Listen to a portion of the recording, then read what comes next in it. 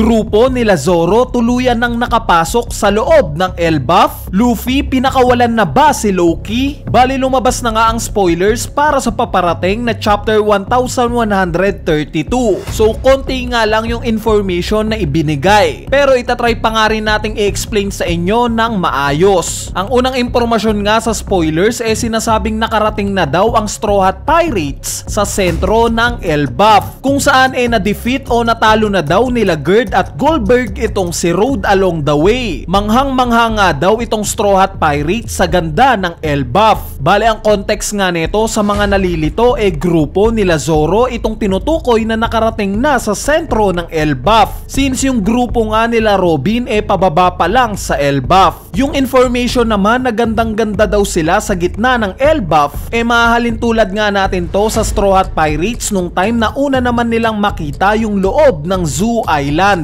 Sa tingin ko nga similar yung vibes nila dito sa ngayon. Sa part naman ng tinalo na daw nila Gerd at Goldberg itong si Road, kung matatandaan nyo guys kaya nga tumatakbo itong grupo nila Zoro dahil sa hinahabol daw sila kuno ni Road. Sa likod naman ni Road nandito sila Gerd at Goldberg. At since malapit nga na kaibigan ni Harudin itong sila Gerd at Goldberg, at nakita naman natin na talagang pinaghahandaan ni Harudin yung pagdating ng Straw Hat Pirates, where in fact nanghunt pa ito para pang sorpresa kay Luffy, malamang na alam na itong sila Gerd at Goldberg na itong Straw Hat Pirates bisita nila. At dahil nga sa nalaman ng dalawang to yung ginawa ni Road sa Straw Hat Pirates, pwedeng itong pagtakbo ni Road hindi meant to be na hinahabol niya itong sila Zoro. Bagkos tumatakbo siya dahil aatakihin siya ng dalawang to, which is nangyari na nga. Pinagbayad nga nila Gerd at Goldberg itong si Road sa ginawa niya sa Straw Hat Pirates. Ang sumunod na impormasyon naman sa spoilers sinasabing magko-conclude daw itong chapter na to sa note o message ni Luis Arnott, kung saan ang nakalagay daw na note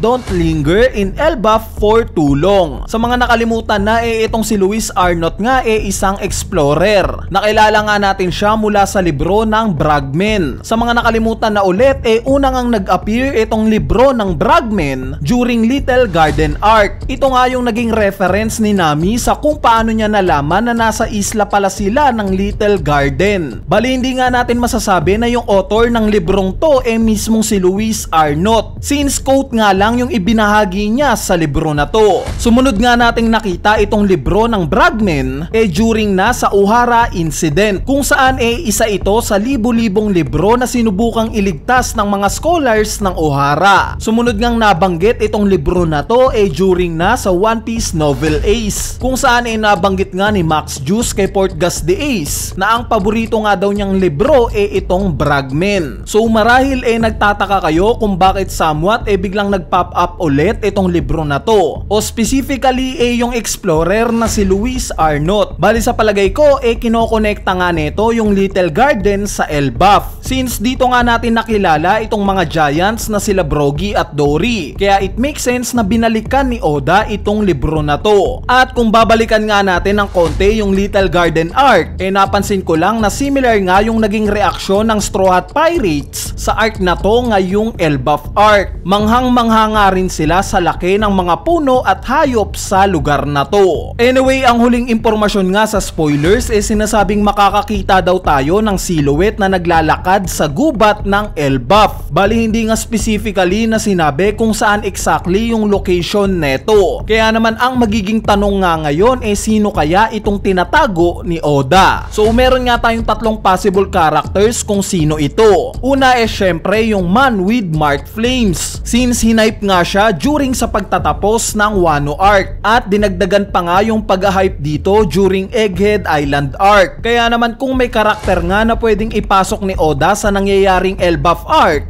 obviously na ito na yung man with marked flames. Siya nga yung frontrunner natin sa kung sino itong silhouette na to. Ang sumunod naman itong si Eustace Kid. Though mababa nga yung tsansa possible pa rin naman na siya yung silhouette na naglalakad sa gubat ng Elbaf. Bakit? Dahil literal ngang tinalo siya ni Shanks sa mismong Elbaf. Kaya it makes sense na kung sakali man at makaligtas siya, syempre mapapadpad siya sa pinakamalapit na isla, which is sa Elbaf. At ang huling hula nga natin kung sino itong silhouette na to, ito yung similar na tao na ipinakita naman ni Oda sa pagtatapos ng Egghead Island arc. Itong taong umiinom na nagsasabing pumunta kayo dito. Though mataas nga ang tsansa na ito at yung man with Mark Flames iisang tao lang, syempre hindi pa rin tayo makakasigurado since kilala naman natin si Oda. Hindi nga natin basta-basta mababasa kung ano yung gusto niyang gawin. Anyway, ayan na nga yung spoiler review natin para sa paparating na chapter 1132. Yes, konti nga lang yung information na ibinigay sa spoiler na to, pero it doesn't mean na wala na kaagad kwenta yung parating na chapter. Hintayin pa nga rin natin yung mismong full chapter para makita natin ito ng buo. Kaya naman stay tuned lang sa channel natin. Bali kung natripan mo naman itong video na to,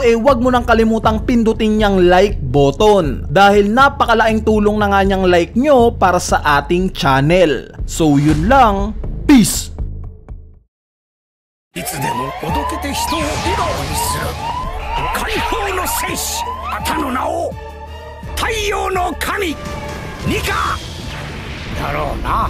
それは歴史から消された名前だが、人が望み続ける限りその存在が消えることはない。したがってその不自然は自然の母海に嫌われるという罰を背負って存在する。一体何がわかるのか。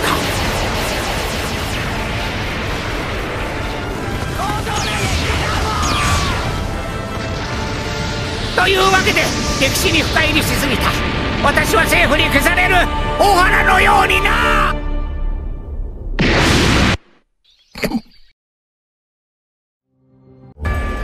エルバフといえば100年も前の世界が恐れた巨人の戦士たち、その名を巨兵海賊団。